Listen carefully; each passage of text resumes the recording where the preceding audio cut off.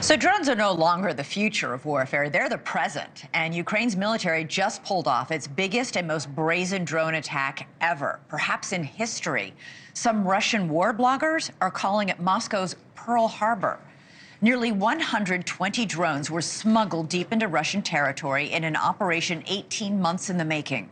The drones were hidden inside mobile cabins and wooden sheds, which were then loaded onto trucks and driven to air bases around Russia. One of those bases was as far away as Siberia.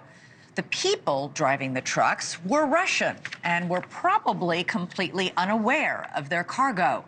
The target was Russia's strategic bomber fleet. Ukraine says it hit as many as 41 Russian warplanes, including more than a third of Russia's cruise missile carriers.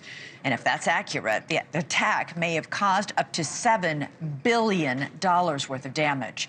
The vast majority of the casualties in the Ukraine-Russia war are caused by one-way attack drones.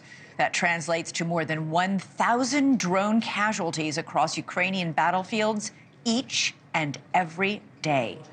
The Economist magazine is reporting this week that Russia will likely suffer its 1 millionth casualty of the war this month. And Ukraine just announced that it's on track to produce 10 million tactical drones per year. That includes maritime drones for blowing up ships, and it also includes producing unmanned ground vehicles, basically a tank with no driver. Well, my next guest was recently at the Russian border, where he worked with Ukrainian troops and their drone operators, and he witnessed drone warfare firsthand. Mark Fraietta is an FAA-certified drone pilot, and his company, Gargoyle Systems, specializes in defending against drone attacks. Mike, welcome back to the show. So this attack, this was stunning, according to just about everyone you talked to.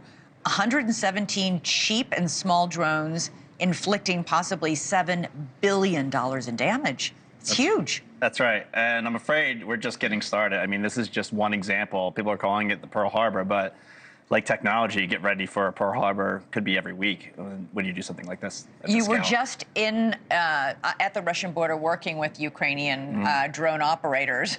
I'm sure they didn't, and I'm sure you wouldn't tell me, but I got to ask you, this was in the works for 18 months. Did you hear any whispers about this? No, but this is what we've been kind of preparing for in general. We're worried about this happening on our own soil with our own assets, and this type hypothetical attack has been known. When is this going to happen, where there's a Trojan horse and you can just deploy? I mean, you could do this with a backpack right now at a small scale. They obviously went big, and it took 18 months of planning. Getting inside those trucks is absolutely amazing. So no, I had no idea of this, but this is the kind of things that we're expecting are these type of drone attacks. Trojan horse is a good way to describe it. The drones were all something called first-person view drones, or FPVs. What are those? Okay, so FPV is almost like if you ever seen one of those headsets where you put on with the virtual reality, so you can see the screen where you're flying, and you essentially have a video game controller, and they do recruit gamers, right? These are the best FPV drones are video gamers. So they come in and they hit their target, they move around, and that's what an FPV drone is, where you have first-person point of view. So are you saying that one person directed each of these 117 drones? I believe these were autonomous. I believe these were connected either, I think, with a Russian SIM card, so they're using the LTE, and then triggered from remote, and then had destination coordinates already programmed in there. So they were autonomous, I think, from the trucks. So once they were released by remote control from the trucks, from the backs of these trucks, from their containers, they had about sometimes almost 4 miles to fly to hit their targets. Why were they able to fly undetected? Why didn't the Russians see them? It was too late, and they were not expecting them to be there, right? So they're in battlefields. They have certain areas where they're working. They were not expecting this. They caught them sleeping. So that's kind of similar to the Pearl Harbor one. No one was expecting it, but also the detection systems are primarily radar. These are for big drones. These are ones coming from far away. These smaller drones, which are known as level 1s and 2s, these are smaller.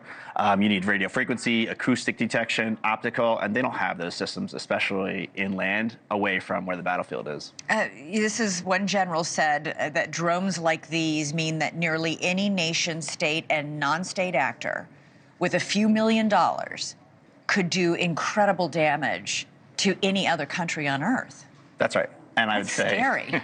a few $1 million even sounds like a lot these days with what you can 3D print, what you can create with AI, and what you could buy at Amazon and Alibaba today. So I think it's even less than that. But Ukraine has really sort of figured out a way to do war on the cheap, at risk of sounding sort of simplistic that way. No. Yeah. But these things are cheap. We went to Ukraine and showed Ukrainians making them at their kitchen tables, for heaven's sake. Yeah. This is a way for Ukraine to wage war with Russia, a much bigger, much more well-armed opponent that has invaded their country. That's right.